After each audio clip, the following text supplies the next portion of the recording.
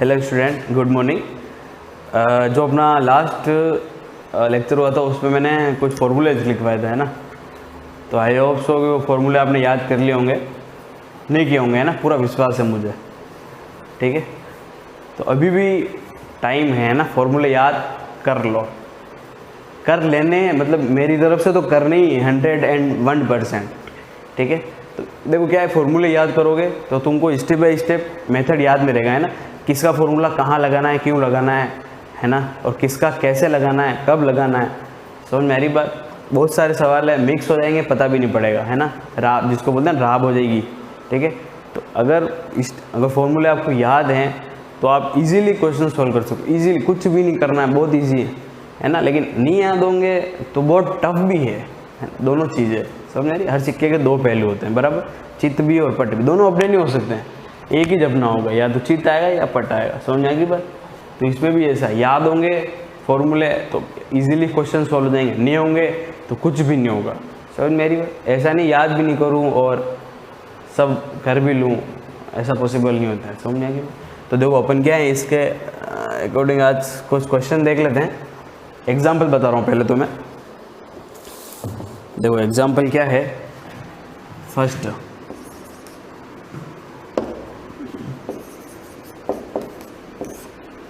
Example है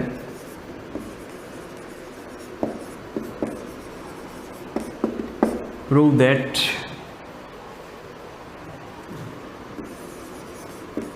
cot theta plus tan theta equal to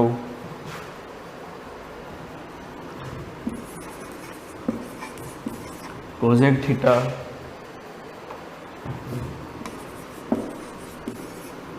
sec theta, ठीक है। Proof करना है। प्रूफ क्या करना है, cot theta plus tan theta is equal to cosec theta sec theta, ठीक है।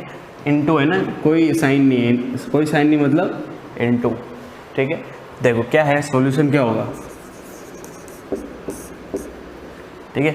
Cot theta plus tan theta is equal to cosec theta minus sec theta, ठीक है। क्या होगा, देखो cot theta plus tan theta, starting इधर से करनी है, ठीक है। Cot theta plus tan theta, ठीक है। तो देखो फॉर्मूले लिखाए थे टेन थीटा और कोट थीटा, ठीक है। टेन थीटा का फॉर्मूला क्या होता है, 1 कोट थीटा और 1 टेन थीटा, बराबर। एक फॉर्मूला ये भी था sine theta upon cos theta upon sine theta, ठीक है। तो देखो दोनों फॉर्मूले यहाँ लग रहे हैं, बराबर। अभी 1 कोट बोलूँगा तो आप बोलोगे साइन अपॉन कोस लगाया, साइन अपॉन कोस क्यों लगाया, 1/10 बोलूँगा तो आप ये क्यों लगाया, ठीक है। देखो क्या है कि अपना जो कॉमन सेंस है उसका यूज़ करना है, बराबर। कैसे करना है, देखो cot theta plus tan theta, है ना, इक्वल टू अपने को क्या लाना है, cosec theta into sec theta. तो देखो यहाँ पर जो है वो कौन सा फॉर्मूला लगेगा, देखो क्यों कैसा कौन सा लगेगा, sine theta upon cos theta plus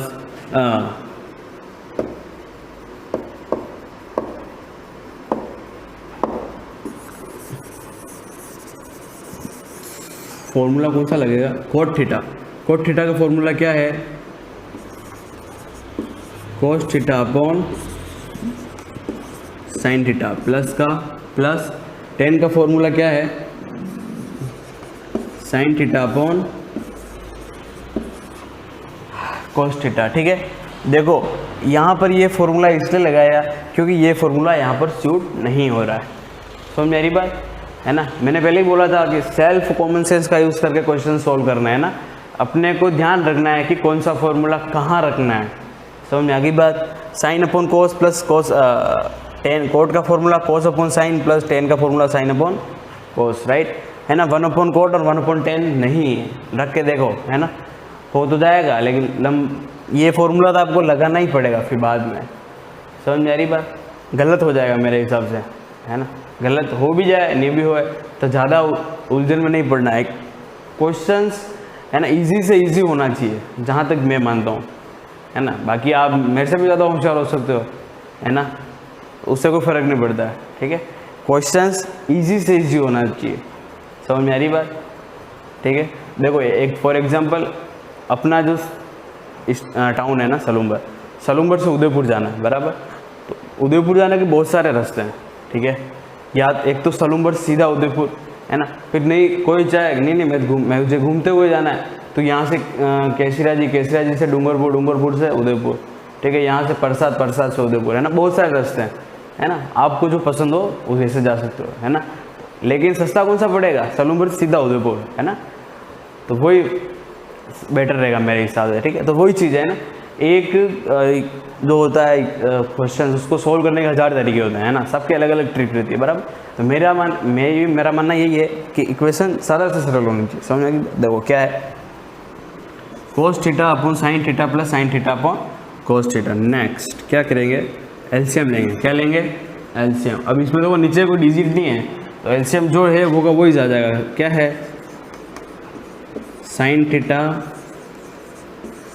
cos theta, ठीक है। एलसीएम में कभी भी प्लस का चिन्ह नहीं आता है ना, माइनस ही इनटू ही लगता है हमेशा, समझ में आ गई बात। तो क्या होगा, देखो sign theta dot cos theta का को डिवाइडेशन करना है साइन थीटा, तो क्या हो जाएगा, साइन थीटा से साइन थीटा कैंसल, बचा क्या, cos थीटा। cos थीटा का मल्टीप्लाई cos थीटा से, तो क्या हो जाएगा यहाँ पे cos square theta plus sign theta dot cos theta का डिवाइडेशन cos थीटा से, तो cos थीटा से cos थीटा कैंसल, देन क्या बचेगा, sine theta into sine theta क्या हो जाएगा, साइन स्क्वायर थीटा। समझ में आ गई बात। देखो अपने पास क्या आया, cos square theta plus sine square theta upon sine theta cos theta, ठीक है। तो देखो अभी जस्ट अपन ने फॉर्मूला लिखे थे कल, है ना।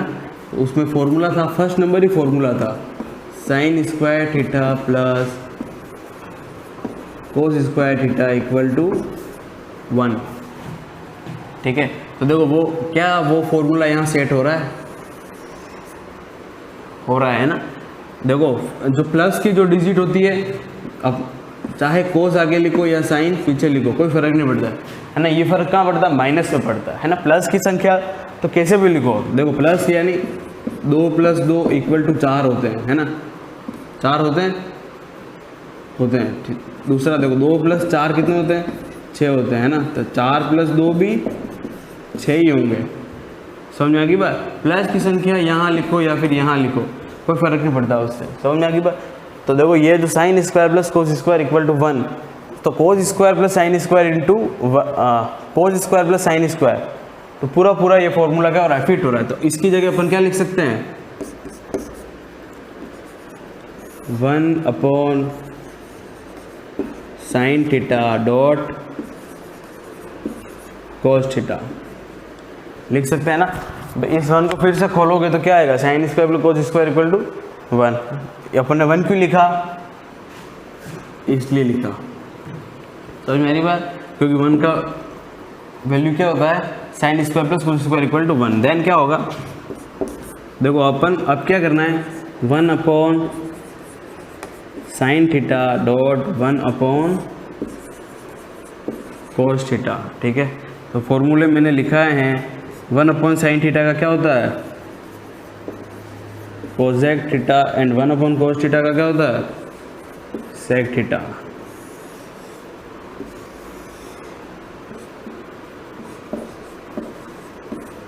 ठीक है, हैंस प्रूफ। अपने को यही प्रूव करना था, देखो क्या करना था, prove that cot theta plus tan theta equal to cosec theta dot sec theta, ठीक है। तो अपन ने क्या किया, सबसे पहले कोट थीटा का फॉर्मूला लगाया, cos theta upon sine theta plus, अपना सवाल कहाँ खत्म हुआ था, कोसेक थीटा साइन थीटा, यह खत्म हुआ।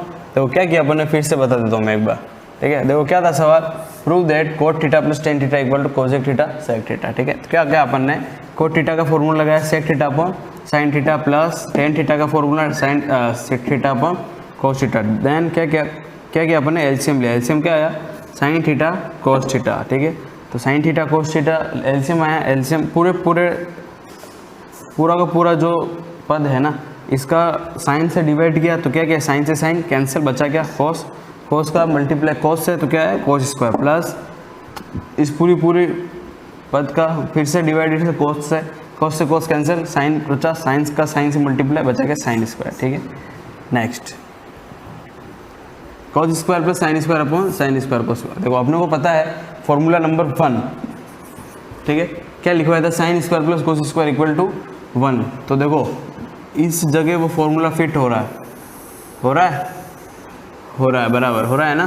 देखो कोस, अब तुम भी बोलोगे सर कोस स्क्वायर पहले साइन स्क्वायर पहले, तो प्लस की जो वैल्यू होती है ना, प्लस अगर दोनों डिजिट जो है वो प्लस की है ना, तो वहाँ पर जो साइन होता है वो कोई मायना नहीं रखता, बराबर। देखो उदाहरण में जैसे एग्जाम्पल मैंने बताया था ना, 2 + 4 = 6 होता है, एंड 4 + 2 भी 6 ही होता है, बराबर। क्यों होता है ये, क्योंकि यहाँ पे प्लस और यहाँ पे प्लस है, ठीक है, इसलिए 2 + 4 6 होता है, और 4 + 6 2 भी 6 ही होता है, ठीक है। तो यहाँ पर भी cos square plus sine square, और यहाँ sign square plus cos square, तो कोई इशू नहीं है ना, आएगा 1 ही आंसर, ठीक है। तो इसलिए यहाँ पर 1 रखा। 1 क्यों रखा, इसकी वजह से, क्योंकि फॉर्मूला है अपने पास है ना, सीधा से फॉर्मूले की वैल्यू रखनी, क्यों का कोई आंसर नहीं है, समझ आ रही बात।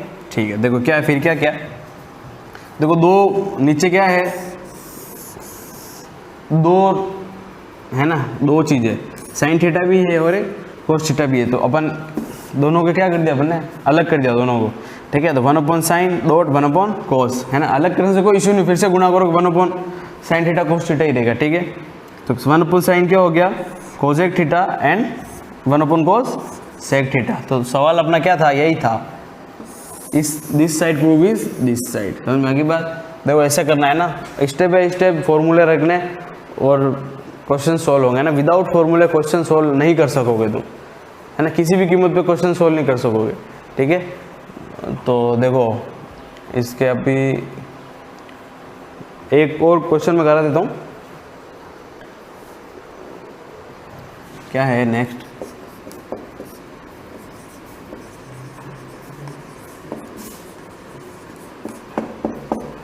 Prove that 1 + tan square theta 1 + sin theta 1 - sin theta equal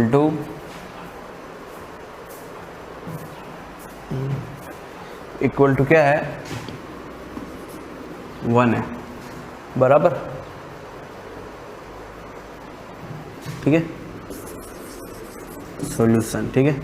देखो क्या है question, 1 + tan square 1 - sin 1 + sin 1 - sin = 1, ठीक है। तो देखो अब सबसे पहले देखना है कि कौन सा फॉर्मूला कहाँ फिट हो रहा है, क्या हो रहा है ना। तो देखो इसमें क्या हो रहा है, सबसे पहले देखो कि कुछ फॉर्मूला लग रहा है, क्या लग रहा है, क्यों लग रहा है, ठीक है। तो देखो सबसे पहले 1 + sin एंड 1 - sin, ठीक है। देखो इसको देख के तुम्हें कुछ याद आया हुआ है ना,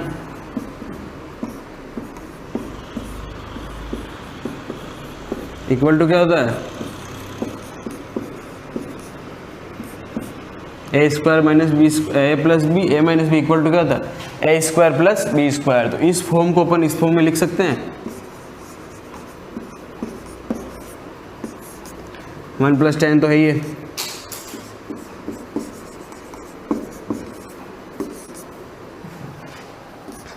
ठीक है, 1 है ना, 1 है,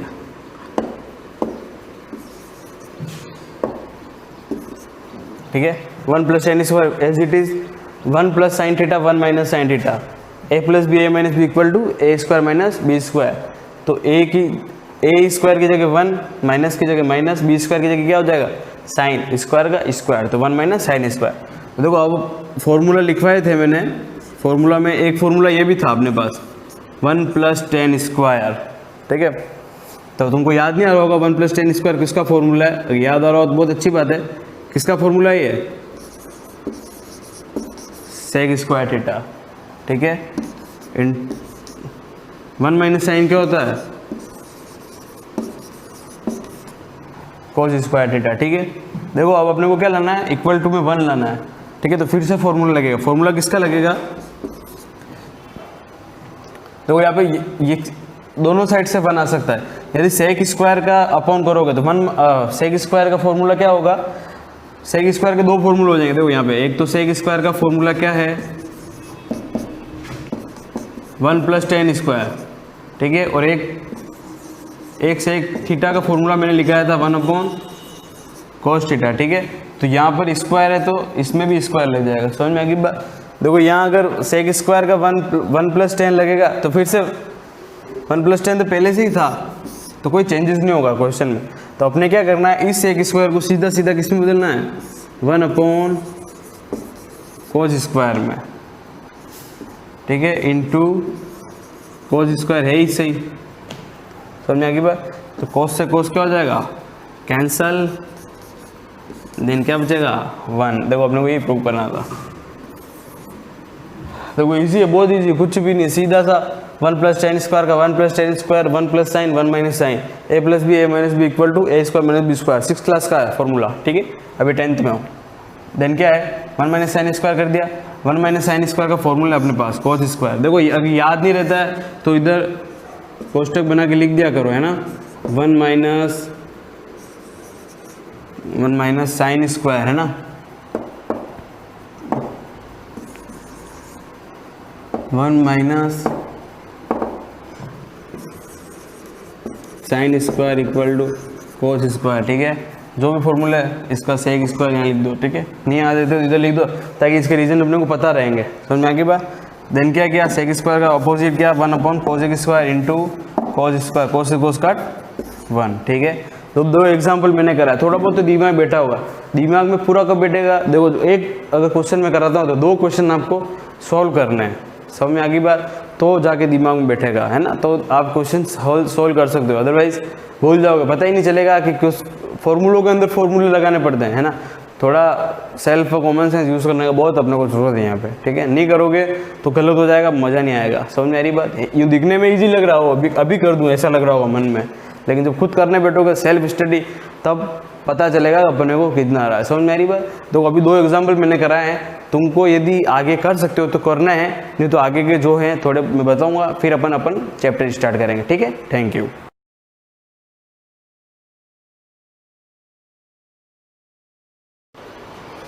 गुड मॉर्निंग क्लास। आज हम फिर से उस लेसन को कंटिन्यू कर रहे हैं, chapter 6 what is a miss with us, हमसे क्या गलती हो रही है। हमने प्रीवियस क्लास में डिस्कस किया था, देखा था कि कैसे इंडिया एक इंटेलेक्चुअल कंट्री माना जाता है, रिसर्च के थ्रू उसको नंबर 1 पे भी रखा है, फिर भी हम कई मामलों में ग्रोथ में पीछे हैं। तो ये इसी से रिलेटेड हम कुछ बातें कर रहे थे और आज हम उस चैप्टर को कंटिन्यू कर रहे हैं फिर से। और आज हमने लास्ट जो चीज़ डिस्कस की थी वो था हमारा सोशल बिहेवियर, और आज हम जो पढ़ने जा रहे हैं वो है नॉइज़ पॉल्यूशन। नॉइज़ पॉल्यूशन, ठीक है। अब मैं जैसे जैसे पढ़ती जाऊंगी आप भी अपनी बुक में अटेंशन पे करेंगे, एंड देन जहाँ जहाँ मुझे लगेगा कि हार्ड वर्ड आपके लिए नोट करने जैसा है वहाँ पर मैं आपको मेंशन कराती जाऊंगी। Human air is mean for receiving sound of normal range of decibels. जैसा कि आप लोगों को पता है कि इंसान के सुनने की एक लिमिट होती है, एक कैपेसिटी होती है, इंसान के कान एक लिमिट तक की ही साउंड को सुन सकते हैं। Sound received beyond that measure would not be jarring, but also damaging to our hearing sense organ. अब यहाँ पर है कि हम उसके बियॉन्ड मतलब उससे ज़्यादा, यहाँ पर बियॉन्ड वर्ड आया है, आप लिख सकते हैं बियॉन्ड यानी उससे आगे, जो हमारे एयर की सुनने की कैपेसिटी है, जो साउंड वो कैच कर सकता है, उससे बियॉन्ड अगर वो सुनता है तो वो काफ़ी जैरिंग होता है। जैरिंग मतलब इरिटेटिंग। हम कहीं से तेज़ साउंड सुन लेते, श्रिंक वॉइस सुन लेते, हम अपने कान अपने आप ही, हमारे हाथ अपने कानों पे चले जाते हैं, हम कान बंद कर लेते हैं अपने। तो वो चीज़ ही है कि यहाँ पर बहुत इरिटेटिंग लगता है, but also damaging to our hearing sense and organs. वो सिर्फ हमें सुनने में ही ख़राब नहीं लगता, इवन वो हमारे जो सेंस ऑर्गन है उसको भी डैमेज करता है। How many of us take care of this, हम में से कितने लोग इसका केयर करते हैं? मे बी नो वन, नहीं, कोई भी नहीं करता है। हम सब कहने को तो ये कहते हैं कि हाँ हम लोग बहुत ध्यान रखते हैं, लेकिन कुछ भी ध्यान नहीं रखते, क्योंकि हम लिटिल मिस्टेक्स करते हैं। वो क्या है? It may be a TV programme और radio broadcast playing in a tape recorder on other instrument, even a gossip or chit chat in the company, all are heard a very high pitch. We may be used to it, but what about those living around us? अब यहाँ पर कुछ examples लिए। पहले question किया था writer ने कि क्या हम इन सब चीज़ों का ध्यान रखते हैं कि हमारा ज़्यादा सुनना हमारी सेंस ऑर्गन को डैमेज कर सकता है। अब हमारा जैसे ही कोई हमें क्वेश्चन करता है तुरंत हमारा रिप्लाई होगा हाँ हाँ हम तो ध्यान रखते हैं, लेकिन हम ध्यान नहीं रखते हैं। कहाँ ध्यान नहीं रखते हैं? It may be TV programme और रेडियो ब्रॉडकास्ट। हम जब भी टीवी पे कुछ प्रोग्राम सुनते हैं या रेडियो पे कुछ सुनते हैं, हम उसको लाउड वॉइस में सुनते हैं। प्लेइंग अ टेप रिकॉर्डर और एनी अदर इंस्ट्रूमेंट, हम टेप रिकॉर्डर प्ले करते हैं, काफ़ी डीजे सिस्टम है या ऐसा कुछ रिकॉर्डर है, उस पर लाउड वॉइस में हम म्यूज़िक सुनते हैं। इवन अ गॉसिप और अ chit chat in a company, यहाँ तक कि हम अपने दोस्तों में बैठ के जब गॉसिप करते हैं तब भी हम अपने उस लाउडनेस को भूल जाते हैं। उस बोलने के जो हमारा ग्राफ है, जो हमारा सुनने का ग्राफ है, उससे बियॉन्ड चले जाते हैं और हमारा जो चिट चैट है, चिट चैट यानी कि गपशप, गॉसिप यानी कि भी गपशप, तो चिट चैट बातचीत और जो गपशप है उसके जो सुनने का सेंस है उससे बियॉन्ड चले जाते हैं। All are heard at a very high pitch, और ये जब जो भी चीज़ें जो मैंने अभी डिस्क्राइब की वो काफ़ी हाई पिच पे सुनी जाती हैं, जो हमारे सेंस ऑर्गन को डैमेज कर सकती है।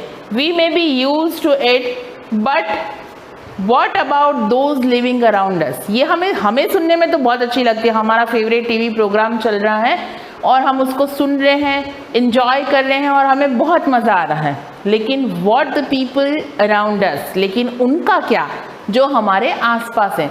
हम घर की ही बात कर लेते हैं कि हम जब भी हमारा म्यूज़िक सुनने का मन किया, हमने अपना डीजे सिस्टम जो है म्यूज़िक सिस्टम ऑन किया और लाउड वॉइस में म्यूज़िक सुन रहे हैं। वहीं पर अगर घर में दादा दादी हैं, वो आके तुरंत कहेंगे बेटा धीरे सुन, थोड़ी सी इसकी वॉल्यूम कम कर दे, मुझे बहुत परेशानी हो रही है। यानी कि सराउंडिंग अस, हमारे आसपास के जो लोग हैं वो इस चीज़ से डिस्टर्ब हो रहे। ये है सोशल बिहेवियर। हम उनकी बात को इग्नोर कर देते हैं, उनको लेट गो करते हैं, अरे जाओ थोड़ी सी देरी तो सुन रहे हैं। और अगर हमने पॉइंट भी, अगर बहुत रिक्वेस्ट करने के बाद हम कम करते हैं तो एक आधा पॉइंट कम करते थे, जिससे कोई खास फर्क पड़ता नहीं है।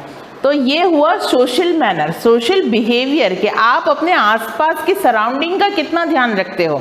आप इंडिया इसीलिए क्योंकि पीछे माना जाता है, क्योंकि हम अपने मतलब की चीज़ें करते हैं, अपने मतलब की चीज़ों को देखते हैं। Our neighbor may be serious student, a sick person,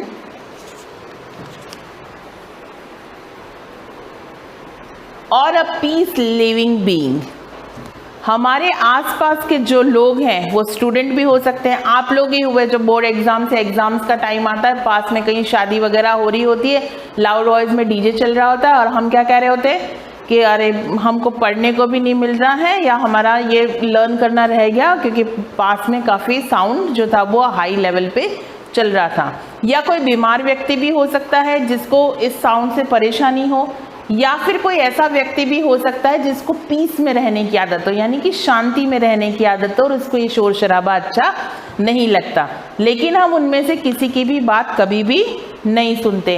have we ever thought of him how much ignore, यहाँ इग्नोर होता है torture, to do we calls to him और हर, लेकिन हम कभी नहीं सोचते कि हमारा ये बिहेवियर जो है वो आगे वाले पर्सन के लिए टॉर्चर हो सकता है और हम उसके तरफ कभी भी ध्यान नहीं देते हैं।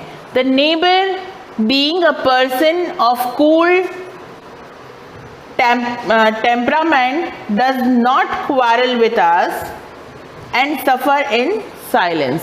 जो cool टेम्परामेंट वाला पर्सन होगा, जिसका नेचर काफी ठंडा होगा, वो तो इन सब चीजों को साइलेंटली हैंडल कर लेगा. The poor fellow shuts the window shut the window and doors and put cotton in his ear to reduce the impact of high pitched noise. When shall we learn the simple civic sense? अब जो गरीब व्यक्ति होगा वो क्या करेगा, अपनी खिड़की और गेट डोर्स जो है उसको क्लोज कर देगा, ज़्यादा ज़्यादा कान में कॉटन डाल देगा. और अगर जो कम टेम्परामेंट वाला पर्सन है वो लड़ाई करने आ जाएगा. लेकिन मोस्ट ऑफ साइलेंसली इन सब चीज़ों को टैकल करते हैं, हैंडल करते हैं. तो अब इन सब चीज़ों को बताने के बाद राइटर कह रहा है when shall we learn the simple civic sense. हम कब सीखेंगे कि हमारा सोशल बिहेवियर कैसा होना चाहिए, कि हमसे किसी को तकलीफ हो रही है तो उसकी तकलीफ का ध्यान रखते हुए हम कब इस चीज़ को सीखेंगे. It may be marriage ceremony और any other function, a ritual और a prayer. There is generally a fashion of hearing a loudspeaker to be used the loudest beside engaging a band or other mean of producing sound. अब किसी भी, आजकल का ये fashion हो गया, आप कोई भी प्रोसेशन देख लीजिए, यानी कि धर्म से रिलेटेड कोई जुलूस निकल रहा है वो देख लीजिए, या आप मैरिज देख लीजिए, कोई पार्टी देख लीजिए, हाई पिच पे लाउड स्पीकर चलाने का एक ट्रेंड हो गया है. हमारे यहाँ पर भी कई बार ऐसे होते हैं ना कि धार्मिक जुलूस निकलते, लेकिन वो जो एक्चुअल रूप होना चाहिए उसका, उससे वो काफ़ी बदल गए हैं. जब वो निकलते हैं ना तो हम भी एग्जैक्ट जब बैंड और वो जो बड़े बड़े स्पीकर्स हमारे आगे होके निकलते हैं, हम अपने आप अपने कानों को बंद कर लेते. क्यों करते हैं? हमें मज़ा आना चाहिए. करते इसलिए क्योंकि वो जो वॉइस है वो जैरिंग होती है, इरिटेटिंग होती है, श्रिंक होती है, हमारे ऑर्गन्स को डैमेज करती है. तो हम अपने आप अपने कानों पे हाथ लगा लेते हैं. तो ये जो फैशन है, इस फैशन को बदलना बहुत ही ज़रूरी है. The pitch is kept so high that sensitive beings get shocks. Even the stone of brick of a building shake and impressions is gathered that the building may collapse one day because of this. यहाँ पे collapse का मतलब है fell down. अब यहाँ पर writer क्या कहना चाहता है कि ये जो हाई पिच होती है ना, इसको सुनने की हमें आदत पड़ गई है. और आपने कभी कभी ये देखा होगा जब बहुत बड़े बड़े स्पीकर्स चल रहे होते, लाउड स्पीकर्स चल रहे होते, तो हमारे घर की जो दीवार है ना वो श्रिंक कर रही होती है. वो चीज़ें भी ऐसा लगता है कि यहाँ से भी आवाज़ें निकल रही हैं, यानी कि हिलने लगती है. विंडोज़ के जो ग्लासेस होते हैं वो श्रिंक करने लगते हैं, बजने लगते हैं. तो ये कोई बहुत अच्छा हाई पिच की जो वो साउंड होती है ना, उससे घर की दीवारें भी श्रिंक करने लगती हैं, विंडोज श्रिंक करने लगती है. और बाद में उसका रीज़न कई सालों बाद ये होता है कि वो बिल्डिंग भी उनकी जो नींव है वो हिल जाती है और गिर जाती है. तो इतना लाउड वॉइस और इतना लाउड श्रिंक, लाउड स्पीकर, ये सेंसफुल थिंग नहीं है. तो यहाँ पर राइटर का जो मैसेज है, ये एग्जाम्पल था. राइटर का मैसेज यहाँ पर इतना सा है कि हम जब भी कोई काम करते हैं तो अपने आसपास के लोगों को मेंशन करना, आसपास के लोगों की तकलीफ को मेंशन करते हुए हमें अपने काम करने चाहिए. यस, नेक्स्ट हम पढ़ रहे हैं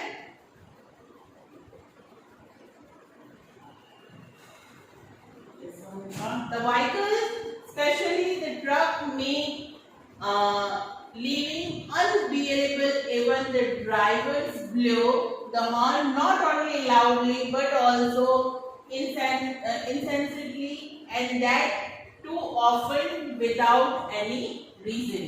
अब आप लोगों ने एक और एग्जाम्पल यहाँ राइटर दे रहे हैं कि जब भी हम व्हीकल पे जा रहे होते हैं या हम पैदल होते हैं, हमारे आसपास से कोई व्हीकल्स निकलते हैं, कभी कभी उनकी साउंड हमें काफी इरिटेटिंग लगती है, specially trucks.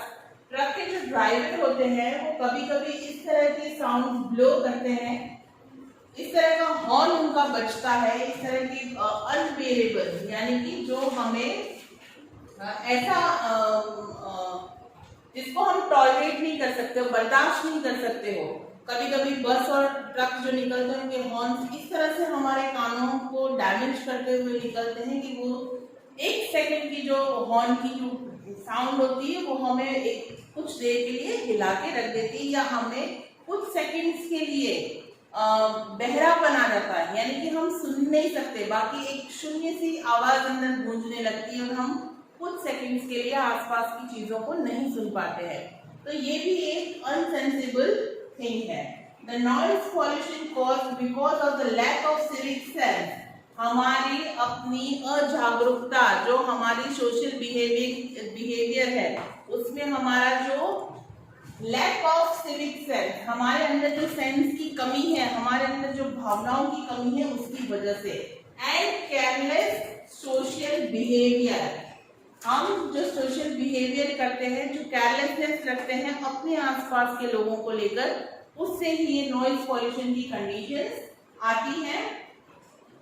Mark the sensitivity of our people at the large and effect of efficiency, और ये सेंसिटिविटी की बात है कि भाई हम आसपास के लोगों का हम ध्यान नहीं रखेंगे तो कौन रखेगा, है तो हम सभी एक ही कंट्री के, लेकिन ये जो पार्ट चल रहा है, ये जो चीज चलती है कि हम अपने तक ही सीमित है, अपना मतलब, अपनी इच्छाएं, तो ये सब कुछ नहीं होना चाहिए। हम अपने आसपास को भी अगर कवर करके चलते हैं तो वो मच सेंसिबल हो सकता है।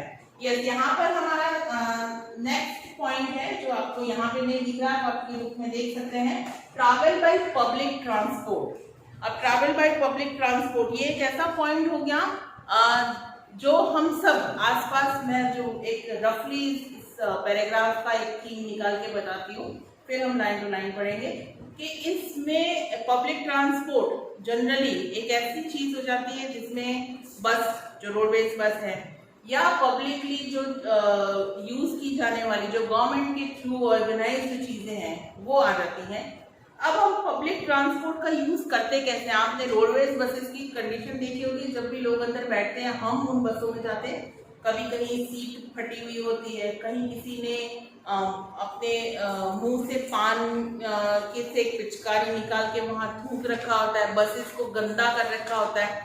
और वहीं पर जब हम अपने पर्सनल होम व्हीकल्स की बात करते हैं कि हमारे पास जो गाड़ी है, हम कभी उसमें ट्रैवल करते हैं, तो क्या हम उस गाड़ी की सीट को कभी खराब करते हैं, या अपनी गाड़ी में कभी कोई पाउच लिया, पाउच से कुछ खाया और वो कचरा हमने अपने वही कार के अंदर डाल दिया? ऐसा हम कभी भी नहीं करते हैं। यानी कि पब्लिक ट्रांसपोर्ट जो है वो हम प्रॉपर सेंस से यूज नहीं करते हैं। तो इसको हम line to line next video में पढ़ेंगे। आज जो भी मैंने मेंशन करवाया आप उसको रिमाइंड करेंगे, और ये एक लेसन कोर्स में इसलिए डाला था कि आप उसे सेंसिबिलिटीज को सीखें, आपको इससे कुछ सीख मिले, क्योंकि आप आने वाले भारत की भावी पीढ़ी में आते हैं। तो होप सो कि लेसन की जो लाइन टू लाइन अब तक हमने पढ़ा वो आपको समझ में आया होगा। Thank you.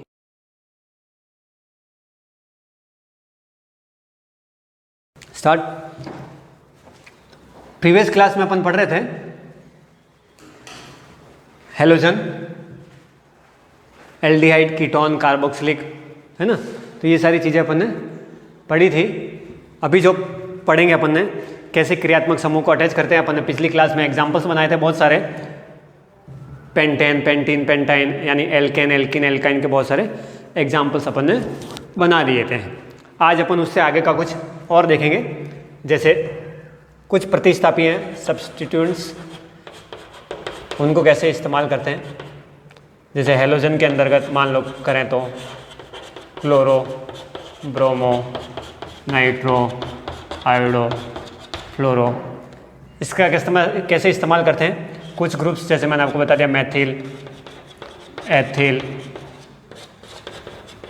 प्रोपिल, है ना। तो इनको कैसे इस्तेमाल करते हैं मैं अभी आपके सामने कुछ एग्जाम्पल बनाऊंगा, उस एग्जाम्पल से अपन नाम लिखेंगे। इनको उन्हीं के साथ अटैच करना है, कोई नया सिस्टम नहीं है। उनको किसके साथ अटैच करना है? जो अपन एल्केन एल्किन और एल्काइन बना रहे थे, इन्हीं के साथ इनको अटैच करते रहना बस, और कुछ नहीं करना। जैसे मैं एग्जांपल अपन श्रेणी से लेते हैं पहले एल्केन से। जैसे मान लो ये मैंने 5 कार्बन का एक एग्जाम्पल ले लिया, सब में 10 सिंगल बॉन्ड है, मतलब एल्केन हो गया। तो इसके साथ मैंने हाइड्रोजन जोड़ दिया और यहाँ एक क्लोरो जोड़ दिया।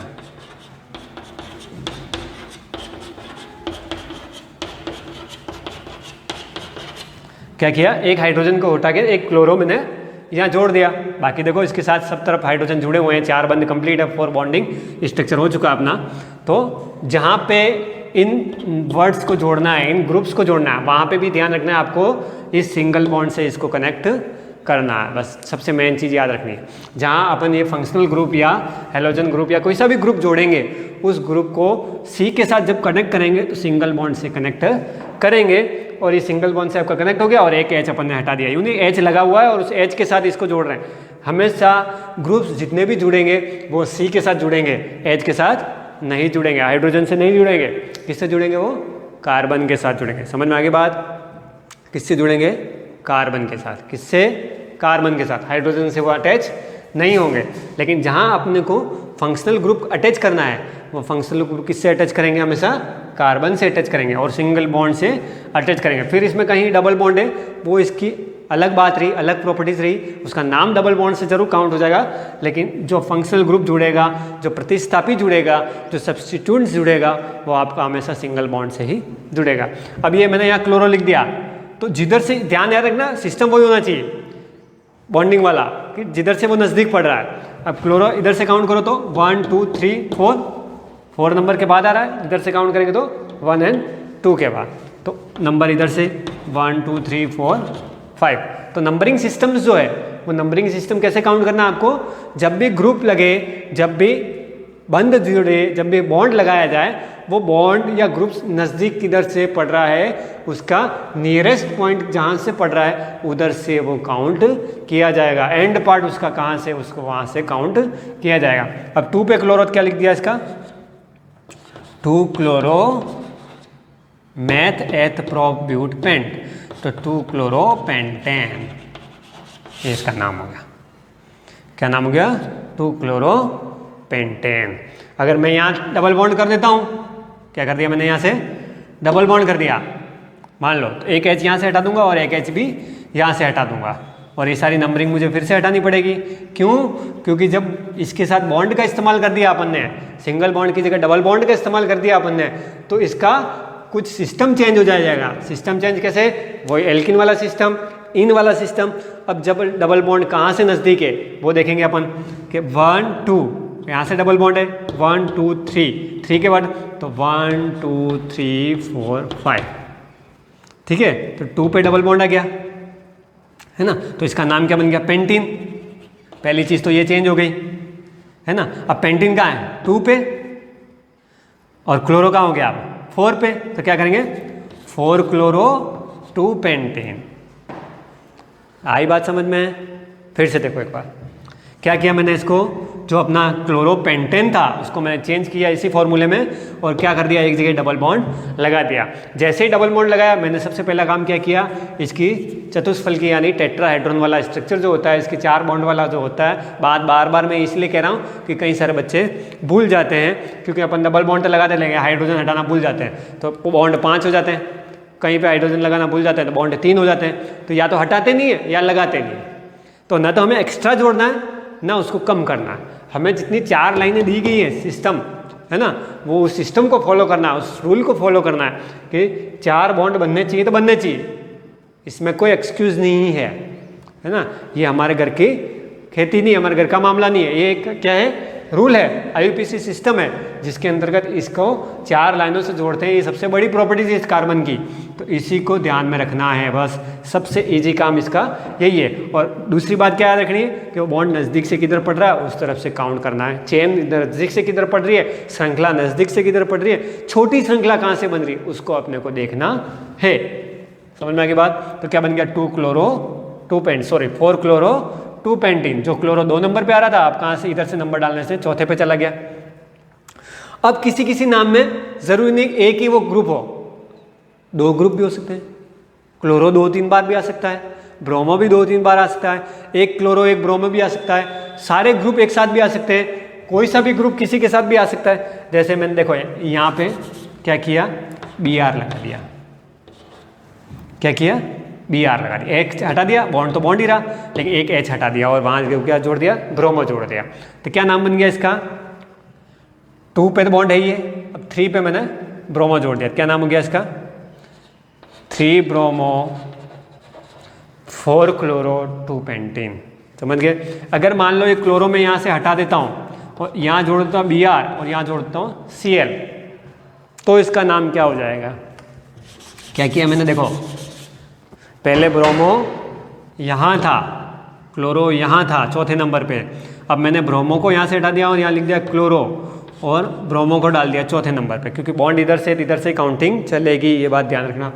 तो 1 2 3 4, अब 3 पे क्लोरो है, 2 पे बॉन्ड है, 4 पे ब्रोमो है, तो क्या करेंगे अपन, 3 क्लोरो पहले लिखे, नहीं, हमेशा अल्फ़ाबेटिकली जो सिस्टम है उसी को फॉलो करना है।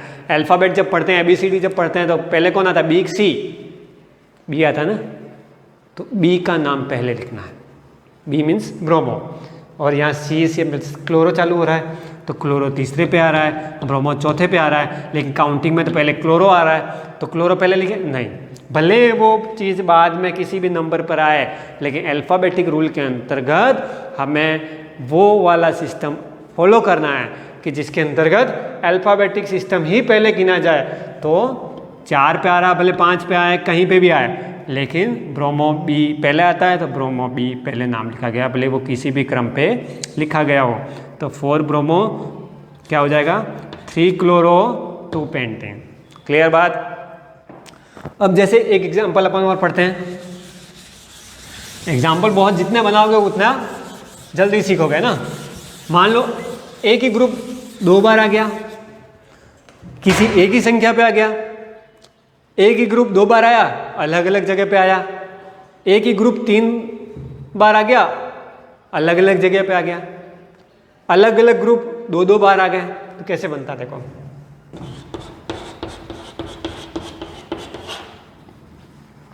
1 2 3 4 5 6 हुए, ठीक है।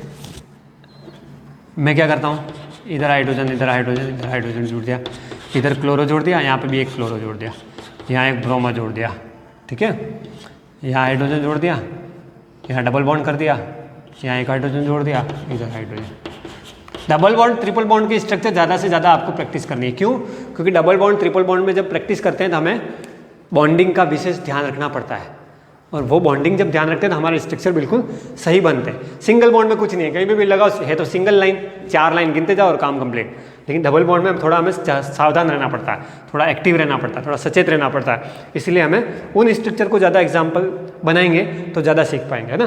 तो मैंने क्या किया, देखो इधर 2 बार क्लोरो लगा दिया, 1 बार ब्रोमो लगा दिया, हो सकता है 2 बार, 1 बार और ब्रोमो लगा दूँ मैं, यहाँ हाइड्रोजन नहीं लगाया, लगा दिया, है ना। तो गिनो 1 2 3 4 5 6 कार्बन है, इसका मतलब क्या हो गया, हेक्सेन। लेकिन डबल बॉन्ड है, इसका मतलब क्या हो गया, हेक्सिन। पहला नाम तो अपना क्या आ गया, hexyne.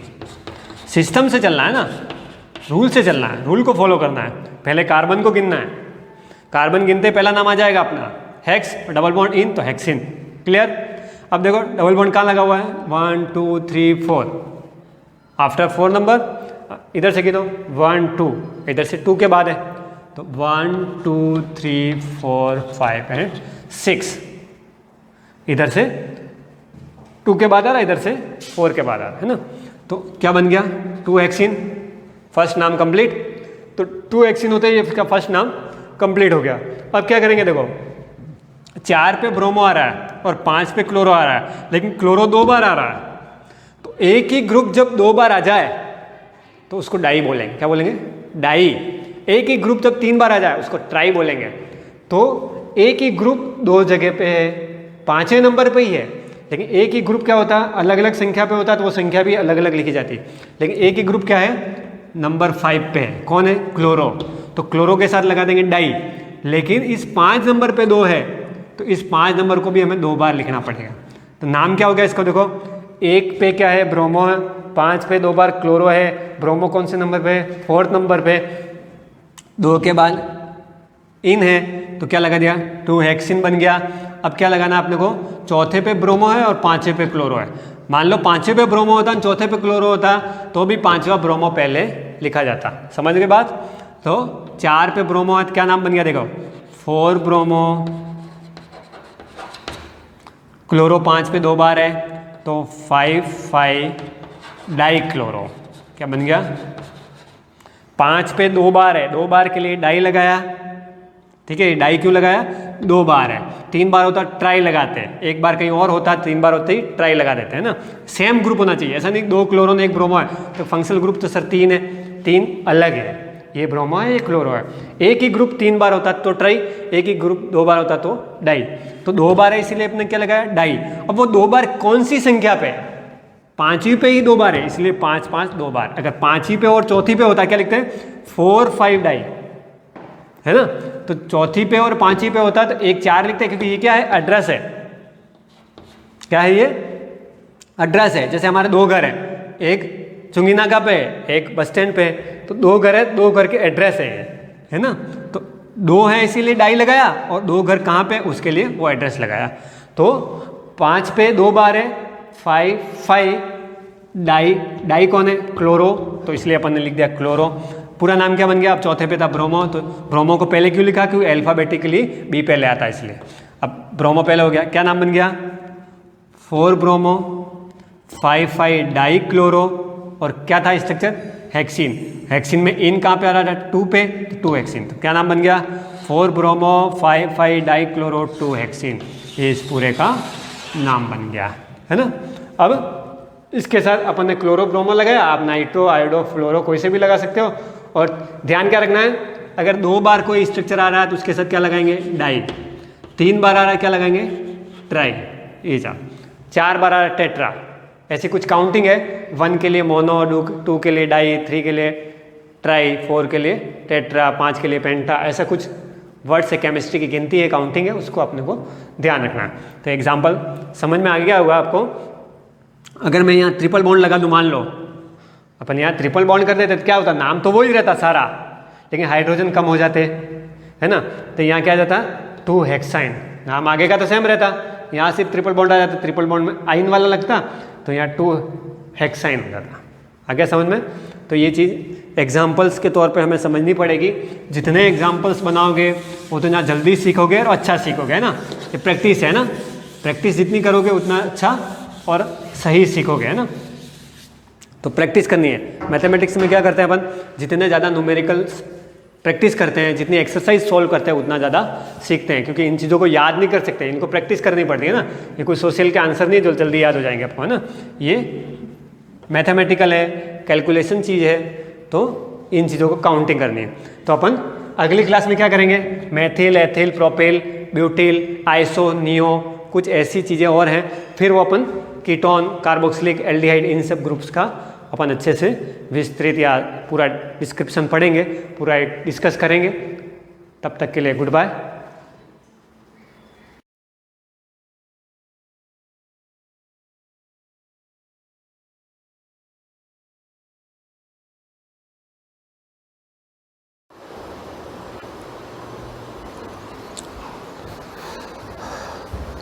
Good morning students, once again we are resuming our class of history lesson number 1, and yesterday we had studied about how Mauryan dynasty declined due to its weak successors. We had also learned some princes or the king who came after Ashoka, and then we started with the administration of Mauryan dynasty, and then important persons who were the part of that administration. And now today we again move on to the next part, and that is, you can say, as you can read, provincial administration. Province का मतलब होता है प्रांत. So again I am reading the text, and whenever I ask you to underline, just do it. So first things, in Ashoka's reign, Ashoka का जब साम्राज्य था, 5 provinces of Magad kingdom have been mentioned. These includes Uttarapath, that is known as Takshashila, Avanti राष्ट्र जिसको अवंतिका बोलते हैं as Ujjaini, Kalinga means Toshali, Dakshinapatha that is Swarnanagari, and Madhya Desh that is Patliputra. So basically these were 5 provinces of Mauryan dynasty. Again we just look again at these names, just underline the names. First one is Uttarapath, that is known as Takshila. Next Avanti Rashtra, that is known as Ujjaini. Then Kaling, Toshali, Dakshinpath, Swarnanagari, and Madhya Desh, that is Patliputra. So these were 5 provinces, big provinces of Magad dynasty. What they had done, they had distributed the whole of dynasty in 5 parts. पूरे साम्राज्य को 5 भाग में divide कर दिया. Provincial administration was in the hands of royal officers named Kumar और आर्यपुत्र. किनके हाथों में था? कुमार या आर्यपुत्र. अब मैं आपको बता देता हूँ who were this Kumar and Aryaputra. they were the prince of Magadha. ये राजकुमार होते थे. ठीक है. Next, the provinces were divided into ahara और vaishya district which used to be under the control of vaishyapati, जो उनके डिवाइड किया, इसको अंडरलाइन करना है. नेक्स्ट, स्थानिक was the administrative head of the district. जैसे इसमें नाम आ रहा है स्थान, स्थानिक एक डिस्ट्रिक्ट का हेड होता था, जैसे अभी कलेक्टर होता है वैसे. And he use to be the under the control of samaharta, उसका ऊपर कंट्रोल होता था समहर्ता का. सो ये इसकी पोस्ट हो जाती है डिस्ट्रिक्ट वाइज. इसके ऊपर समहर्ता था और समहर्ता के ऊपर कुमार थे. गोप, ये सबसे इंपॉर्टेंट है, याद रखना, क्योंकि because this question is important with the perspective of examination. Gopa use to be the head of the smallest administrative unit, सबसे छोटा unit village. And he use to handle the administration of 10 villages. Okay, 10-10 गाँव के एक, जैसे अभी सरपंच होते हैं गाँव में, उस तरीके से गोप हुआ करते थे. And officer called pradeshtri also use to function under samaharta. इसका काम क्या था? तो इसका काम था, he use to check the working of sthaniks, gops and village officers. अब इसको आप देखिए समहर्ता, तो आपने अभी देख लिया, जैसे समहर्ता के अंडर में प्रदेशतरी काम कर रहा है. This person pradeshtri use to work as a watchdog, सबकी निगरानी करता था. How sthaniks are working, how gops are working, and village officers. Apart from gop was the head of 10 village, तो उसके अलावा विलेज लेवल पे भी ये हेड्स थे. वो सब, all this people, how they are working और not, they are faithful towards the dynasty और not, they are doing public welfare और नॉट, ये सारी चीज़ें वो लोग ऑब्जर्व करते थे. Then we move on to city administration. कैसे था प्रशासन उसका? According to Greek ambassador Megasthenes, if you remember the name ambassador, city administration was handled by a council of 30 members, 30 member उसमें होते थे. Committee was responsible. See now we are talking about cities, शहरों की बात कर रहे हैं, we are not talking about villages. At that time in ancient India भी सिटी का स्वरूप था. Was responsible for monitoring industry and sculptures, उस समय मूर्तिकार होते थे. And the second committee look after foreigners, कौन बाहर से आ रहा है, कौन जा रहा है, what is the motive, why he has came into our dynasty, why he is staying, for how long he is staying, what is he doing, in which, with whom he is in contact, कौन कौन से, गुप्तचर तो नहीं है, he is not a spy. ये सारे foreigners का अकाउंट रखा जाता था. The third committee use to keep records of birth and death. जैसे अभी रजिस्ट्रार ऑफिस होता है, at present we have to register whenever there is a birth in our family और death in our family, we have to register at that office. तो उस office में जाके हमको रजिस्टर करना पड़ता है. एट दैट टाइम एक कमिटी वहाँ पर भी थी. The fourth committee was responsible for trade and commerce. कैसा व्यापार हो रहा है, व्यापार किस तरीके से हो रहा है, टैक्सेशंस कैसे जा रहे हैं, how people are getting the value of the money और नॉट. जो भी उस समय करेंसी थी चलन में, उसका वैल्यू मिल रहा है कि नहीं मिल रहा है. The fifth committee use to monitor sales of manufactured goods. In present time, there is a quality control department in each and every industry or factory. The work of that department is to ensure that the product which is going to the consumer is good for health, he is getting the value of his money, it is working. ये सारी चीज़ें देखी जाती है. तो ये लोग भी क्या देखते थे, क्वालिटी कंट्रोल देखते थे. And the sixth committee was responsible for collecting 1/10 part of the sale in the form of sales tax. पहले भी बताया मैंने, any dynasty won't work unless and until they have the source of income. The only source of income, even today, the government is working with whatever things they are doing in monetarily, they are doing with our tax. हम जो tax भरते उससे होता है. तो at that time the sales tax, जो बेचने का काम होता था, उसका टैक्स जो है वो that used to be 1/10, 10वां भाग होता था. So this was about the city administration. Now we move on to military system. See, to maintain such a big dynasty that was extended from Afghanistan to Burma and whole over India, they definitely needed a very strong military system. इतनी तो military चाहिए. In fact आज के ज़माने में if we talk about modern world, almost 25% budget is spent for military. Bharat का देख लो. So at that time also was the condition was the same. As you can see, for the purpose of organising the army there was a separate military department. जैसे हमारा है India का, वैसे उस समय भी था.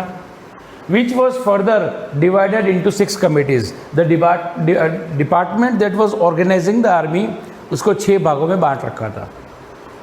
5 members were present in each committee. 5 members, okay. This committee used to look after 5 departments of army. 5 department थे आर्मी के. Right now there are 3 wings that are Army, Navy and Air Force. At that time there used to be पैदल walking pedestrians, पैदल soldiers on foot, अश्व Sanskrit name घोड़ा, soldiers on horses, then हाथी, soldiers on elephants, रथ इसको बोलते chariot, soldiers on a chariot and the naval force. Naval तो थी जहाज वाली. Now these are the 5 departments again: पैदल, अश्व, हाथी and Rath. Now Antpal, who was the person? You have to underline this thing. Antpal was the officer responsible for issues related to military management. Military management के संबंधी कोई भी problem होती थी, that was Antapal. Antapal was also responsible for organising and monitoring the border regions. Whenever there use to be any issues, any conflict, तो वो border पे होता था. तो उसका काम था टू मॉनिटर, देख रेख करना, निगरानी करना. According to Megasthenes Indica. Now again remember, this is the book written by Megasthenes. उस बुक का नाम है Indica. This was the first place where India got its name. Chandragupta Maurya had a huge add-on, army add-on. उसमें कितने थे? Just can you imagine? 6 lakh soldiers on foot. 6 lakh लोगों की सेना थी पूरी. 50,000 horsemen. 50,000 हॉर्समैन, इसका मतलब 50,000 घोड़े के ऊपर 50,000 आदमी बैठते थे, 9,000 elephants and 800 chariots. This was a very huge army at that time if we talk about present time. So today provincial administration, read this thoroughly because there are things to learn. You can see underlined things. Again, important things I'll show you. 5 names of provinces, then the departmental heads, Sthanik, Samharta, Gop, Pradesh Tari, okay? Then city administration divided into 6 committees. Work of each and every committee is written. First committee responsible for monitoring industry and culture. Second, looked after foreigners. Third, used to keep records of birth and death. Fourth, was responsible for trade and commerce. And 6th committee was responsible for collecting taxes. This is also very important. And next is military system. In military system, as you can see, there are 5 departments of army, and then Antpal and description of army.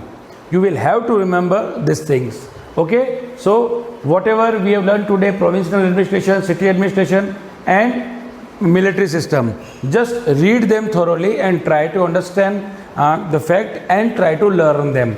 Also at the same time you can also make notes whatever things you are underlining. So making notes makes easy. Whatever things you write, it's the process of writing makes the things learn very better. Okay, so till then we will resume again tomorrow with our next class. Thank you.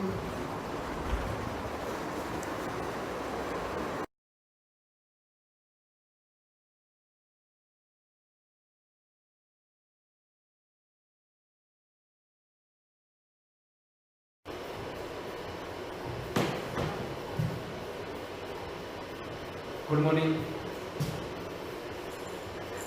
पिछली class में हमने महाजनपद काल पढ़ा था। आज हम पढ़ेंगे मौर्य साम्राज्य। मौर्य साम्राज्य की स्थापना चंद्रगुप्त मौर्य ने की थी। किसकी सहायता से? चाणक्य की सहायता से, जो कि तक्षशिला यूनिवर्सिटी का, विश्वविद्यालय का प्रधान था वहाँ का, और वहाँ का कार्यभार वही संभालता था, और वहाँ का प्रिंसिपल भी था। जो यहाँ पे गणानंद लिखा है, परंतु इसका नाम है गणानंद, जिसने चाणक्य का अपमान किया था। उसका बदला लेने के लिए चाणक्य ने चंद्रगुप्त को युद्ध की शिक्षा दी और गणानंद पर आक्रमण करवाया 322 में ईस्वी पूर्व में।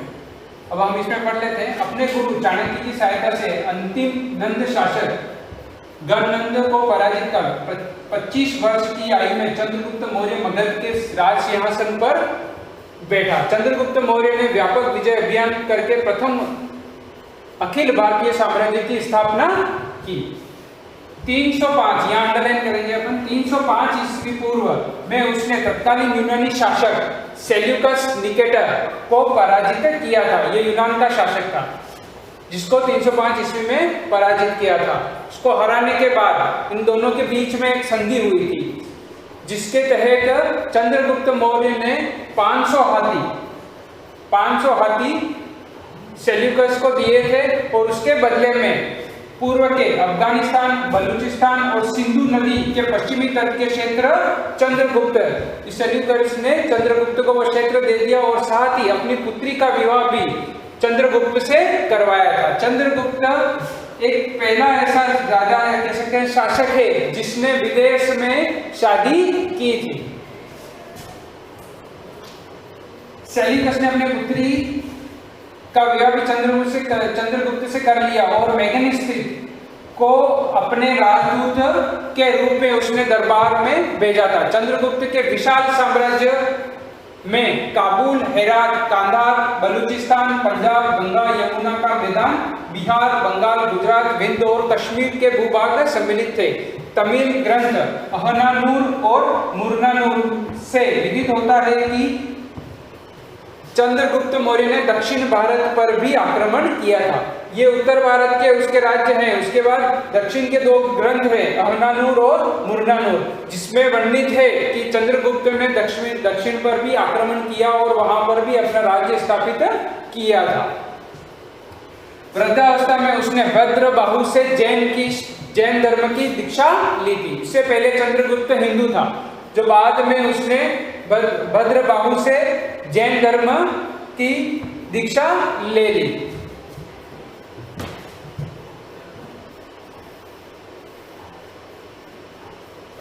अभी आ जाते हैं 298 ईस्वी पूर्व में श्रवणबेलगोला, जो मैसूर में है, में उपवास करके अपना शरीर त्याग दिया। उस पहाड़ी का नाम है चंद्रगिरी की पहाड़ी पर। एक मैसूर में श्रवणबेलगोला में पहाड़ी है चंद्रगिरी, जहां की गुफा में इन्होंने उपवास, यानी कि वो उपवास अलग है कि जिसमें अन्न और जल ग्रहण नहीं करना।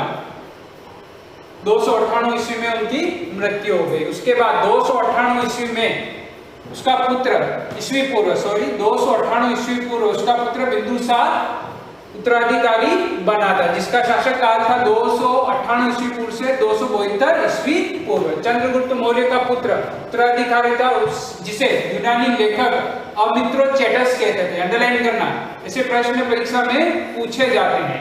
यूनानी लेखक बिंदुसार को किस नाम से पुकारते थे? अमित्रोचेटस के नाम से पुकारते थे। वायु पुराण में इसे भद्रसार और जैन ग्रंथ में सिंहसेन कहा जाता है। उसने सुदूर पूर्वी दक्षिण भारतीय क्षेत्रों को भी जीतकर मगध साम्राज्य में सम्मिलित कर लिया। दिव्य वदान ग्रंथ है के अनुसार उसके शासक काल में तक्षशिला में 2 विद्रोह हुए हैं। जो यूनिवर्सिटी जहां पर चाणक्य प्रिंसिपल था, वही तक्षशिला में 2 विद्रोह हुए थे, जिसका दमन करने के लिए पहले अशोक, बाद में सुसीम को भेजा गया था। बिंदुसार के राज दरबार में यूनानी शासक एंटियोकस प्रथम ने डायमेकस नामक व्यक्ति को राजदूत के रूप में नियुक्त किया था।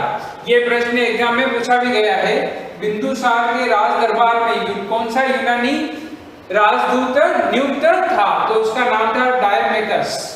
तो किसके शासक था? एंटियोकस प्रथम के ने डायमेकस नामक व्यक्ति को राजदूत के रूप में नियुक्त किया। प्लिनी के अनुसार मिस्र के नरेश फिलाडेल्फस मेली द्वितीय ने डिनानिसियस नामक मिस्री राजदूत बिंदुसार के दरबार में भेजा था। अब है अपने मुख्य अशोक, सम्राट अशोक, जिसका काल है 273 ईस्वी पूर्व से लगाकर 232 ईस्वी पूर्व। जैन अनुश्रुति के अनुसार अशोक ने बिंदुसार की इच्छा के विरुद्ध मगध पर अधिकार कर लिया। दक्षिण भारत से, अंडरलाइन यहाँ पर करेंगे अपन, दक्षिण भारत से प्राप्त मास्की तथा गुर्जरा अभिलेखों में उसका नाम अशोक मिलता है। केवल ये अभिलेख हैं जिसमें अशोक का नाम अशोक मिलता है। बाकी दूसरे अभिलेख में उसका नाम देवनाप्रिय सस्ती मिलता है। अभी जैसे अभिलेख में अशोक देव नाम प्रिय तथा देव नाम प्रिय दसी उपाधियों से विभूषित है।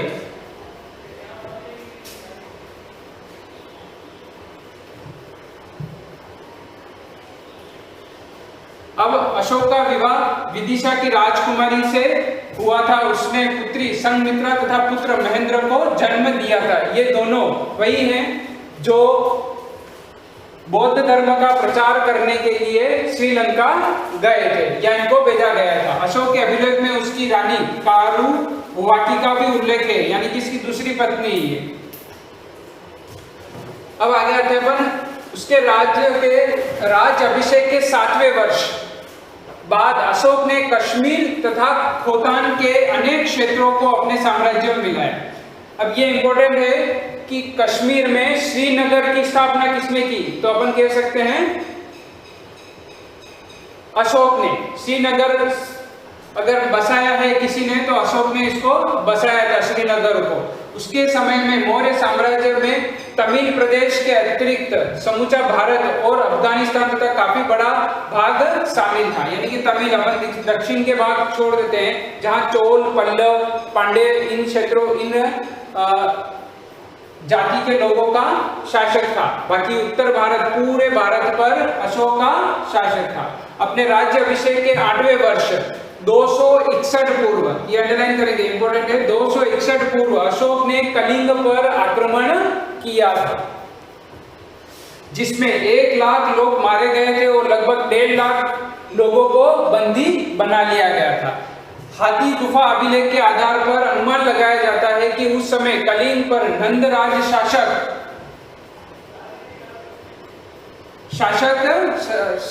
शासन कर रहा था। इस व्यापक नरसंहार ने अशोक को विचलित कर दिया, फलतः उसने शस्त्र त्याग देने की घोषणा की। मगध साम्राज्य के अंतर्गत कलिंग की, यहाँ पे लिखे हैं, कलिंग की राजधानी धोली और तोसली दोनों बताई जाती है, धोली भी है और तोसली भी बताई गई है।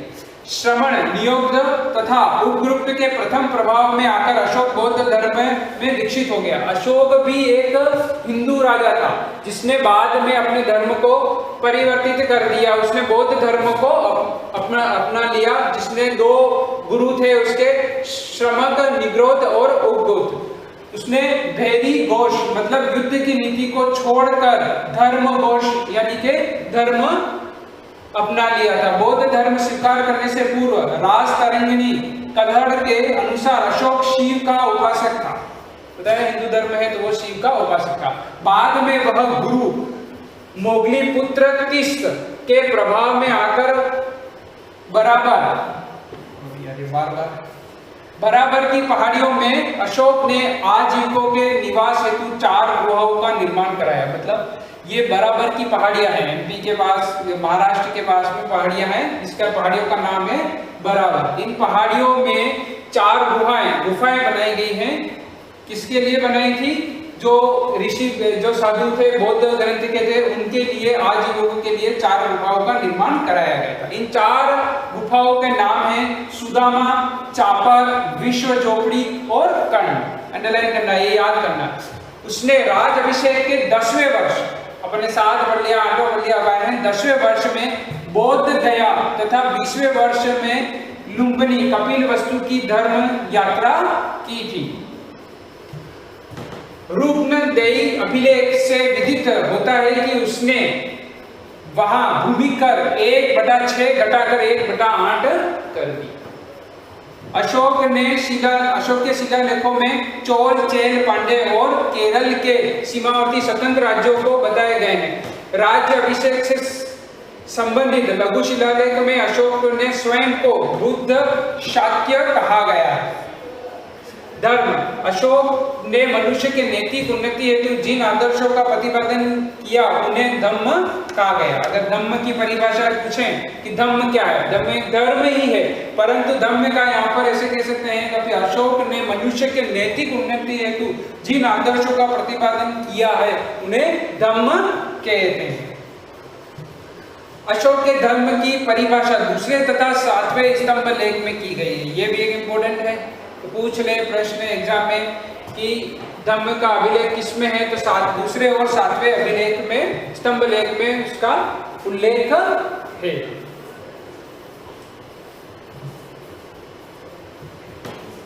अब पाप कर्म से निवृत्त विश्व कल्याण, दया, दान, सत्य, कर्म शुद्धि ही धम्म है। साधु स्वभाव होना, कल्याणकारी राज्य का कार्य करना, पाप रहित होना, व्यवहार में मृदुता लाना, दया रखना, दान करना, शुचिता रखना, प्राणियों का वध न करना, माता पिता व अन्य बड़ों की आज्ञा का पालन करना, ये सारे उसके धम्म में नियम थे।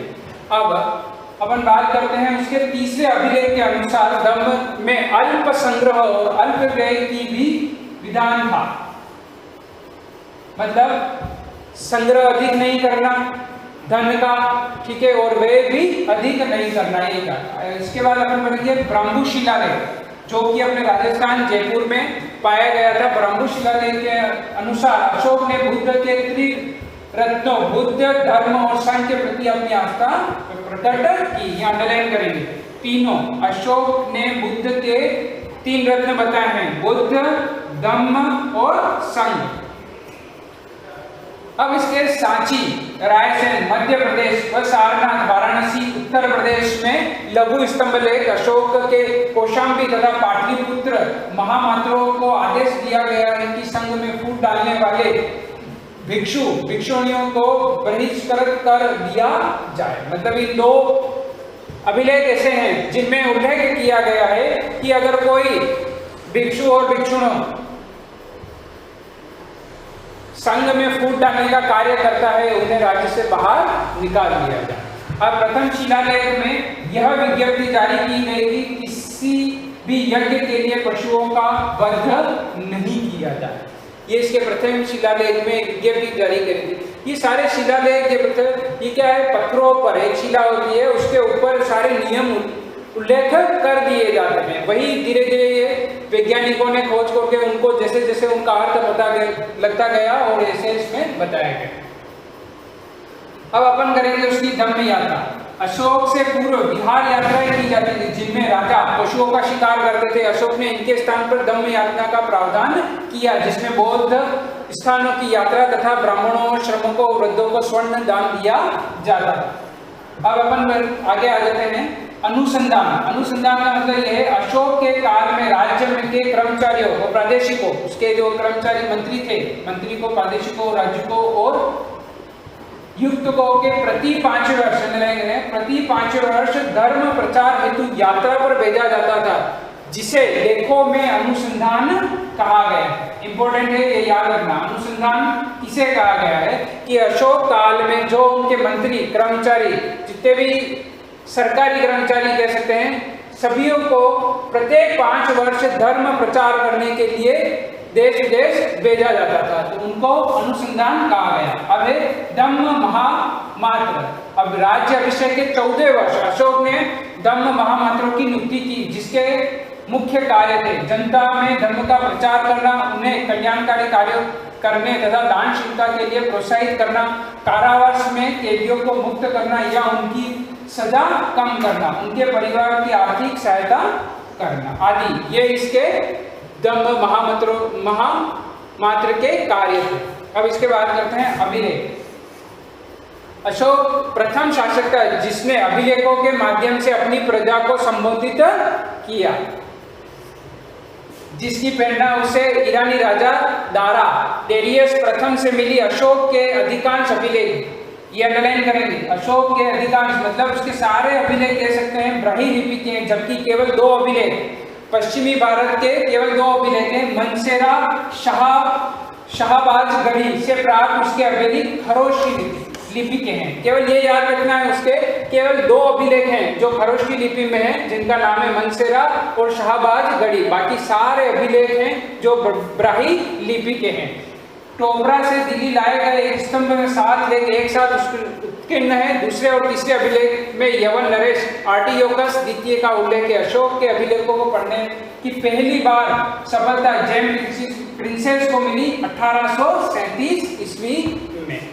तो ये यहाँ पर अपने पूरा मौर्य साम्राज्य के जो राजा, 3 ही राजा थे, तीनों राजाओं का उल्लेख हो गया। अब इसके अपन पढ़ेंगे इनके प्रशासनिक कार्य अगली क्लास में।